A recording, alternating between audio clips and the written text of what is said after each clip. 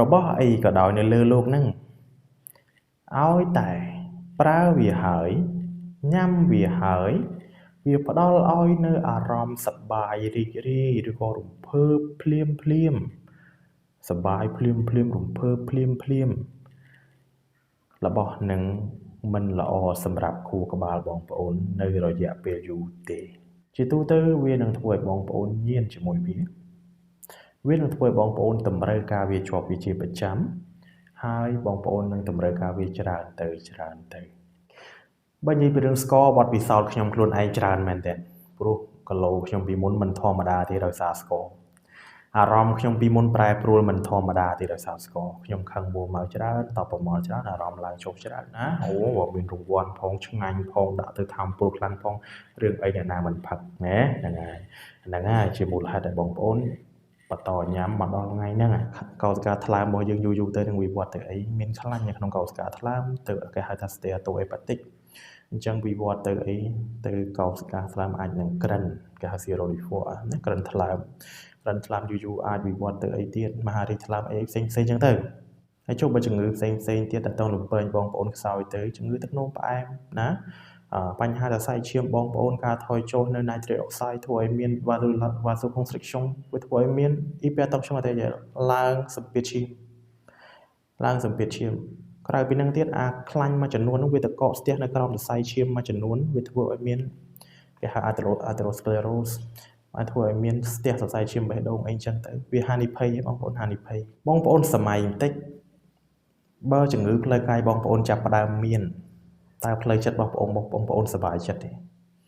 ប្រកាសណាស់អត់ទេបើបងប្អូនឈឺថ្លើម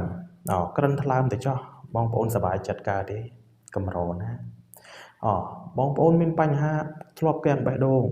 បងប្អូនមានបញ្ហាពិបាកដកដង្ហើមបងប្អូនឡើងទម្ងន់ខ្លាំងបងប្អូនសប្បាយចិត្តទេថាអត់បងប្អូនអាចចំណាំមើលបើសិនជាបងប្អូនពីព្រឹកបងប្អូនញ៉ាំរបស់អីដែលផ្អែមណាព្រឹកឡើងមិនទាន់បានញ៉ាំអីទៅញ៉ាំរបស់ផ្អែមសិន1ម៉ោងកន្លះទៅ2ម៉ោងក្រោយបងប្អូននឹងឃ្លានរបស់ផ្អែមនឹងទៀតបងប្អូនត្រូវតែរករបស់ផ្អែមញ៉ាំទៀត1ម៉ោងកន្លះទៅ2ម៉ោងក្រោយបន្ទាប់ពីនឹងបងប្អូនត្រូវញ៉ាំអីឲ្យឆ្អែតព្រោះបងប្អូនមានអារម្មណ៍ថាដូចអត់ទាន់ឆ្អែតមានអារម្មណ៍ថានៅឃ្លានខ្លាំងទៀតមិនឃ្លានធម្មតាឃ្លានខ្លាំងបាទសួស្តីបងប្អូនទាំងអស់គ្នាស្វាគមន៍មកកាន់វីដេអូថ្មីហើយថ្ងៃនេះផងដែរខ្ញុំមានប្រធានបទមួយជូនបងប្អូនទៀតដែរបាទតាក់ទងជាមួយនឹងសារធាតុមួយយ៉ាងដែលសារធាតុហ្នឹងបងប្អូនយើងក៏ដូចជាខ្ញុំពីមុនចូលចិត្តមែនទែនហើយមកដល់បច្ចុប្បន្នហ្នឹងបងប្អូនយើងជាច្រើននៅតែបន្តចូលចិត្តសារធាតុមួយហ្នឹងនៅតែបន្តញ៉ាំវារាល់ថ្ងៃហើយតែងតែទទួលបានអារម្មណ៍រីករាយសប្បាយចិត្តពេលដែលទទួលវាប៉ុន្តែបងប្អូនក៏ចាប់អារម្មណ៍ថាបងប្អូនចាប់ផ្ដើមឡើងគីឡូខុសធម្មតាបងប្អូនចាប់ផ្ដើមមានអារម្មណ៍ថាមានជំងឺមួយចំនួនចាប់ផ្ដើមចូលមកកាន់បងប្អូនបដាបងប្អូនមានអារម្មណ៍ថាបងប្អូនមានអារម្មណ៍រៀងឡើងចុះពេលខ្លះសប្បាយពេលខ្លះភ័យពេលខ្លះរន្ធត់ពេលខ្លះអីចឹងទៅហើយក៏បងប្អូនមួយចំនួនប្រហែលជា20%កំពុងតែមានហានិភ័យនៃជំងឺធ្លាក់ទឹកចិត្តផងដែរអញ្ចឹងសួរថាតើសារធាតុហ្នឹងស្អីគេលោកគ្រូបាទអញ្ចឹងសារធាតុមួយប្រភេទហ្នឹងខ្ញុំសំដៅទៅលើស្ករអញ្ចឹងបងប្អូនយើងជ្រាបហើយថាលោកគ្រូស្ករមានបញ្ហាដែរអញ្ចឹងខ្ញុំប្រើរាល់ថ្ងៃខ្ញុំញ៉ាំរាល់ថ្ងៃវាឆ្ងាញ់ស្អីហ្នឹងវាមិនគួរជាផលរំខានអីអញ្ចឹងទេបើស្ករជាផលរំខានមិនក៏គេលក់ទូទាំងប្រទេសធ្វើអីត្រូវបើមានប្រសាសន៍អត់ខុសទេប៉ុន្តែបរិមាណស្ករដែលត្រូវឲ្យប្រើប្រាស់ជាប្រចាំតាមតម្រូវការរបស់យើងបើសិនជាផ្អែកតាមរបាយការណ៍ WHO បានន័យថាបងប្អូនតម្រូវការប្រហែលជា25ក្រាមឬក៏6ស្លាបព្រាកាហ្វេទេក្នុងមួយថ្ងៃបងប្អូន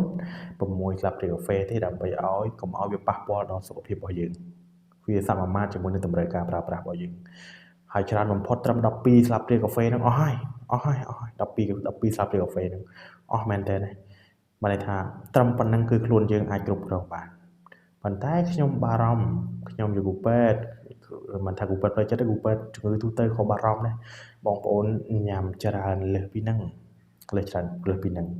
សួរថាចំណីអាហារយើងរាល់ថ្ងៃអីខ្លះតាក់ទងមួយស្ករបាយតាក់ទងមួយស្ករហើយតាក់ទងផ្លែឈើដែលបងប្អូនខ្លះយើងច្រោះហូបណាច្រោះហូបបងប្អូនគិតថាផ្លែស្ករធម្មជាតិវាមិនដែលវាប៉ះពាល់អីប៉ុន្តែក្នុងខ្លួនយើងវាអត់បែងចែកអាស្ករអីស្ករធម្មជាតិស្ករអីស្ករមិនធម្មជាតិទេវាដឹងតែនឹងស្ករអញ្ចឹងបងប្អូនញ៉ាំមានអ្នកខ្លះឡើងជាតិស្ករ13 400អត់ដឹងខ្លួនក៏មានដែរណាអញ្ចឹងហើយបើសិនជាញ៉ាំផ្លែឈើញ៉ាំឲ្យញ៉ាំទាំងសបករបស់វាទៅទាំងសាច់របស់វាទៅអានឹងល្អមួយយ៉ាងណាហ្នឹងហើយអញ្ចឹងស្អីទៀតមីគុយទាវនំប៉័ងបាយសយើងណាពោតអីហ្នឹងសិតតែលើគ្រឿងស្ករក្រៅពីហ្នឹងអីគេគ្រឿងកំប៉ុងបងប្អូនញ៉ាំគ្រឿងកំប៉ុងបងប្អូនញ៉ាំវាសិតតែជាស្ករហើយវាសិតតែជាស្ករដែលផ្ដល់ឲ្យបងប្អូនមានអារម្មណ៍សុបាយរីករាយមានកម្លាំងកំហែងភ្លាមហ្នឹងឯងអញ្ចឹងវាងាយមែនតើស្ដាប់មើលទៅវាងាយមែនតើនឹងផ្ដល់ហានិភ័យបងប្អូនសួរថាចុះបើស្ករផ្ដល់ហានិភ័យច្រើនយ៉ាងហ្នឹងហេតុអីមនុស្សនៅតែបន្តញ៉ាំទៀតហេតុអីបន្តញ៉ាំទៀតបងប្អូនជាឆ្ងល់ទេណាបាទហើយខ្ញុំក៏ឆ្ងល់ដែរបើនិយាយពីរឿងស្ករបត់ពិសោធន៍ខ្ញុំខ្លួនឯងច្រើនមែនតើព្រោះគីឡូខ្ញុំពីមុនមិនធម្មតាទេដោយសារស្ករអារម្មណ៍ខ្ញុំពីមុនប្រែប្រួលមិនធម្មតាទេដោយសារស្ករខ្ញុំខឹងមួមកច្រើនតបប្រមល់ច្រើនអារម្មណ៍ឡើងចុះច្រើនពេលយប់ក៏រៀងពិបាកគេងហើយរហូតដល់សញ្ញាដែលខ្ញុំចាប់ផ្ដើមភ័យគឺខ្ញុំឡើងកម្មៅនៅខាងក្រោយកនេះបដាមានអារម្មណ៍ថាយ៉ាតិចជាសញ្ញា pre-diabetic មិនន័យសញ្ញាមុនទឹកនោមផ្អែមទៅព្រោះកាលនោះខ្ញុំញ៉ាំភេសជ្ជៈកំប៉ុងមួយថ្ងៃប្រហែលជា3កំប៉ុង4កំប៉ុងឡើងទៅយ៉ាងតិចណាយ៉ាងតិចអញ្ចឹងហើយទើបឲ្យខ្ញុំបកក្រោយមកវិញចាប់ផ្ដើមមើលខ្លួនឯងមកវិញថាយ៉ាអត់កើតទេគីឡូកាន់តែធ្ងន់ទៅហើយណាអារម្មណ៍កាន់តែអត់ស្រួលទៅហើយណាអញ្ចឹងមិនគួរបដែតបដោយខ្លួនតទៀតអញ្ចឹងសួរថាមូលហេតុអីមកត្រឡប់មកសំណួរវិញមូលហេតុអីបានបងប្អូនចូលចិត្តញ៉ាំម៉េះបាទរឿងស្ករហ្នឹងចម្លើយគឺថាទី1គឺវាផ្ដល់ថាមពលឲ្យបងប្អូនបានភ្លាមហ្មងអញ្ចឹងបើបងប្អូនអស់កម្លាំងបងប្អូននឿយហត់លេងកីឡាអស់កម្លាំងញ៉ាំភេសជ្ជៈផ្អែមមកកំប៉ុងមានអារម្មណ៍ថាមានកម្លាំងព្រឹកភ្លាមហ្មងវាជា source of energy មួយដែល provide energy នឹងបានលឿនជាងគេមកអស់ស្ករណាបាទអញ្ចឹងនេះជាមូលហេតុដែលមនុស្សចូលចិត្តពិសេសបើអ្នកនឹងប្រើកម្លាំងជាអ្នកធ្វើការលីសែងកាប់កោះអីផ្សេងគឺជាប់ចូលចិត្តណាស់ដាក់អាហ្នឹងបានប៉ុណ្្នឹងគឺធ្វើការងារបានហ្មងមានកម្លាំងកំហែងភ្លាមហ្មងទី2វាជាចំណីអាហារដែលខួរក្បាលយើងចូលចិត្តបំផុតគេហៅថា reward for our brain មានន័យថាជាជួយរង្វាន់ឲ្យខួរក្បាលយើងហ្មងខួរក្បាលយើងចូលចិត្តរបស់ហ្នឹងហ្មងដោយសារអីជាទូទៅខួរក្បាលប្រើស្ករប្រើអុកស៊ីហ្សែនប្រើចំណីអាហារផ្សេងទៀតដើម្បីដំណើរការណាប៉ុន្តែដូចខ្ញុំថាអញ្ចឹងវាមិនត្រូវការច្រើនពេកទេប៉ុន្តែបើសិនជាយើងទម្លាប់វាញ៉ាំមួយថ្ងៃច្រើនទៅណាហ្នឹងហើយវាចាប់ផ្ដើមឲ្យខួរក្បាលនឹងត្រូវការវាជាប្រចាំបងប្អូនអាចចំណាំមើលបើសិនជាបងប្អូនពីព្រឹកបងប្អូនញ៉ាំរបស់អីដែលផ្អែមណាព្រឹកឡើងមិនទាន់បានញ៉ាំអីទៅញ៉ាំរបស់ផ្អែមសិន1ម៉ោងកន្លះទៅ2ម៉ោងក្រោយបងប្អូននឹងឃ្លានរបស់ផ្អែមនឹងទៀតបងប្អូនត្រូវតែរករបស់ផ្អែមញ៉ាំទៀត1ម៉ោងកន្លះទៅ2ម៉ោងក្រោយបន្ទាប់ពីហ្នឹងបងប្អូនត្រូវញ៉ាំអីឲ្យឆ្អែតព្រោះបងប្អូនមានអារម្មណ៍ថាដូចអត់ទាន់ឆ្អែតមានអារម្មណ៍ថានៅឃ្លានខ្លាំងទៀតមិនឃ្លានធម្មតាឃ្លានខ្លាំងទៀតណាហ្នឹងហើយអញ្ចឹងហើយវាជាបញ្ហាមួយសម្រាប់បងប្អូនដែរបងប្អូនមានអារម្មណ៍ថាដូចមានអារម្មណ៍ថាអត់ស្រួលដូចឃ្លានខ្លាំងណាដូចមានអារម្មណ៍ថាអត់ស្រួលមែនតើហ្នឹងជាមូលហេតុដែលបងប្អូនត្រូវញ៉ាំទៀតដើម្បីបំពេញតម្រូវការខួរក្បាលណាហ្នឹងហើយដោយសារខួរក្បាលបានអាហ្នឹងទៅវាបញ្ចេញនូវសារធាតុដូប៉ាមីនដែលធ្វើឲ្យវាមានអារម្មណ៍ថាអូសប្បាយចិត្តមែនតើមានអារម្មណ៍ថាបើសិនមានកំហឹងមកបាត់ដូចឈឹងណាអារម្មណ៍តបប្រមល់មកដូចបាត់ឈឹងណាបងប្អូនធ្លាប់ដឹងហើយណាហ្នឹងហើយទី3គឺកាន់តែងាយស្រួលដោយសារអីបងប្អូនទៅរកកន្លែងណាក៏ទិញបានដែរកន្លែងណាក៏មានលក់ដែរឃើញវាងាយស្រួលទេបងប្អូនហើយតម្លៃវាមិនថាធូរថ្លៃមកកំប៉ុងប៉ុន្មានអញ្ចឹងទៅបងប្អូនមានរង្វាន់មានអីចឹងទៀតណាអូមានរង្វាន់ផងឆ្ងាញ់ផងដាក់ទៅថាមពលខ្លាំងផងរឿងអីអ្នកណាមិនផឹកណាហ្នឹងហើយជាមូលហេតុដែលបងប្អូន បន្តញ៉ាំមកដល់ថ្ងៃហ្នឹងមកដល់ថ្ងៃហ្នឹងអាហ្នឹងជាបញ្ហាបាទអញ្ចឹងបងប្អូនបានជ្រាបហើយថាកត្តាដែលខ្ញុំលើកឡើងត្រួសមិញហ្នឹងជាមូលហេតុដែលបងប្អូនចូលចិត្តញ៉ាំវាធ្វើឲ្យបងប្អូនចូលចិត្តញ៉ាំដោយសារវាខួរក្បាលបងប្អូនចូលចិត្តបងប្អូនញ៉ាំទៅទទួលបានអារម្មណ៍សប្បាយភ្លាមកម្លាំងកំហែងភ្លាមហើយវាងាយស្រួលរកមែនទេមិនអញ្ចឹងបាទហើយនេះហើយជាបញ្ហាបងប្អូនត្រូវចាំពាក្យខ្ញុំមានពាក្យមួយជូនបងប្អូនរបស់អីក៏ដោយនៅលើលោកហ្នឹងឲ្យតែប្រើវាហើយញ៉ាំវាហើយវាផ្ដល់ឲ្យនៅអារម្មណ៍សប្បាយរីករាយឬក៏រំភើបភ្លាមសប្បាយភ្លាមរំភើបភ្លាមរបស់នឹងមិនល្អសម្រាប់ខួរក្បាលបងប្អូននៅរយៈពេលយូរទេបងប្អូនចាំរបស់អីក៏ដោយដែលធ្វើឲ្យបងប្អូនទទួលបានអារម្មណ៍សប្បាយភ្លាមដូចមានអារម្មណ៍ថាដល់គោលដៅភ្លាមរបស់នឹងមិនល្អសម្រាប់សុខភាពបងប្អូនទេជាទូទៅវានឹងធ្វើឲ្យបងប្អូនញៀនជាមួយវានឹងធ្វើឲ្យបងប្អូនតម្រូវការវាជាប់វាជាប្រចាំហើយបងប្អូននឹងតម្រូវការវាច្រើនទៅបាទអញ្ចឹងបាទ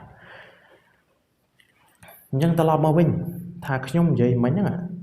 ថាស្ករវាប៉ះពាល់នឹងប៉ះពាល់អីខ្លះបងប្អូនយើងចង់ដឹងណាស្ករប៉ះពាល់អីខ្លះឬបានហាមគាត់ពួកខ្ញុំមិនឲ្យញ៉ាំដល់ថ្នាក់ហ្នឹងណា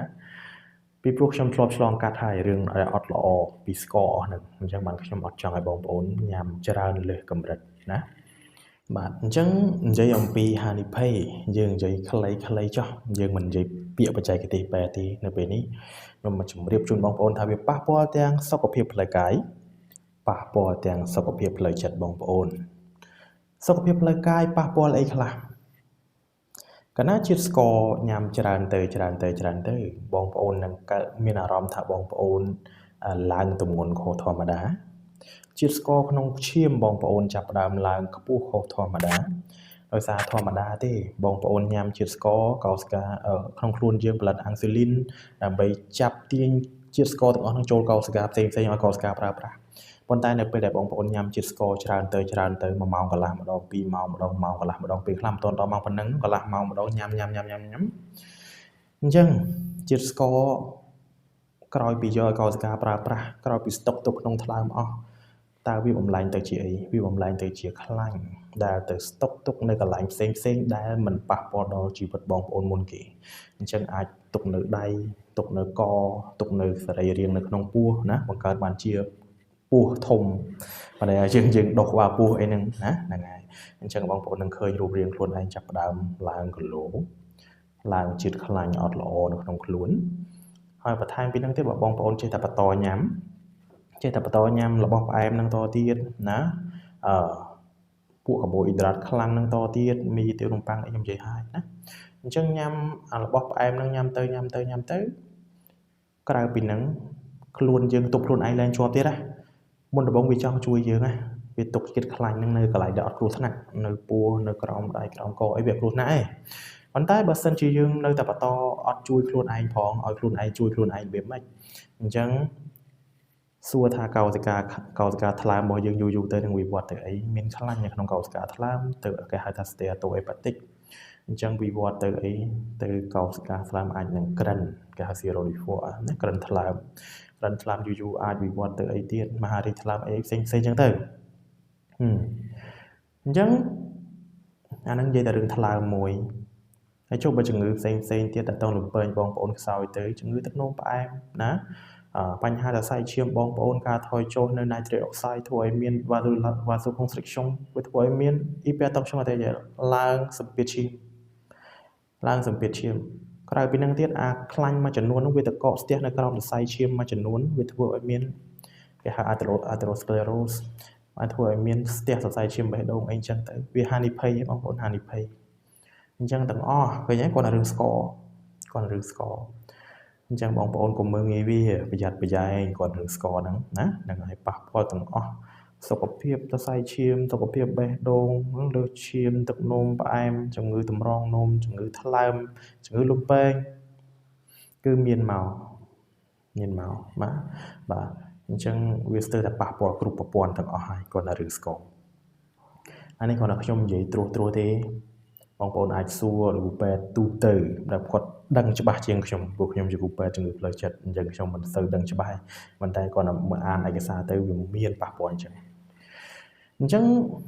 ត្រឡប់មកផ្លូវចិត្តវិញតើស្គរប៉ះផ្លូវចិត្តអត់បងប្អូនយើងឆ្ងល់ទេថាអីគាត់ណាស្គរសោះប៉ះផ្លូវចិត្តដែរគ្រូជាទូទៅស្គរវាប៉ះពាល់សុខភាពផ្លូវចិត្តពិតមែនបងប្អូនសម័យបន្តិចបើជំងឺផ្លូវកាយបងប្អូនចាប់ផ្ដើមមានតើផ្លូវចិត្តរបស់បងប្អូនសប្បាយចិត្តទេប្រកាសណាស់អត់ទេបើបងប្អូនឈឺថ្លើម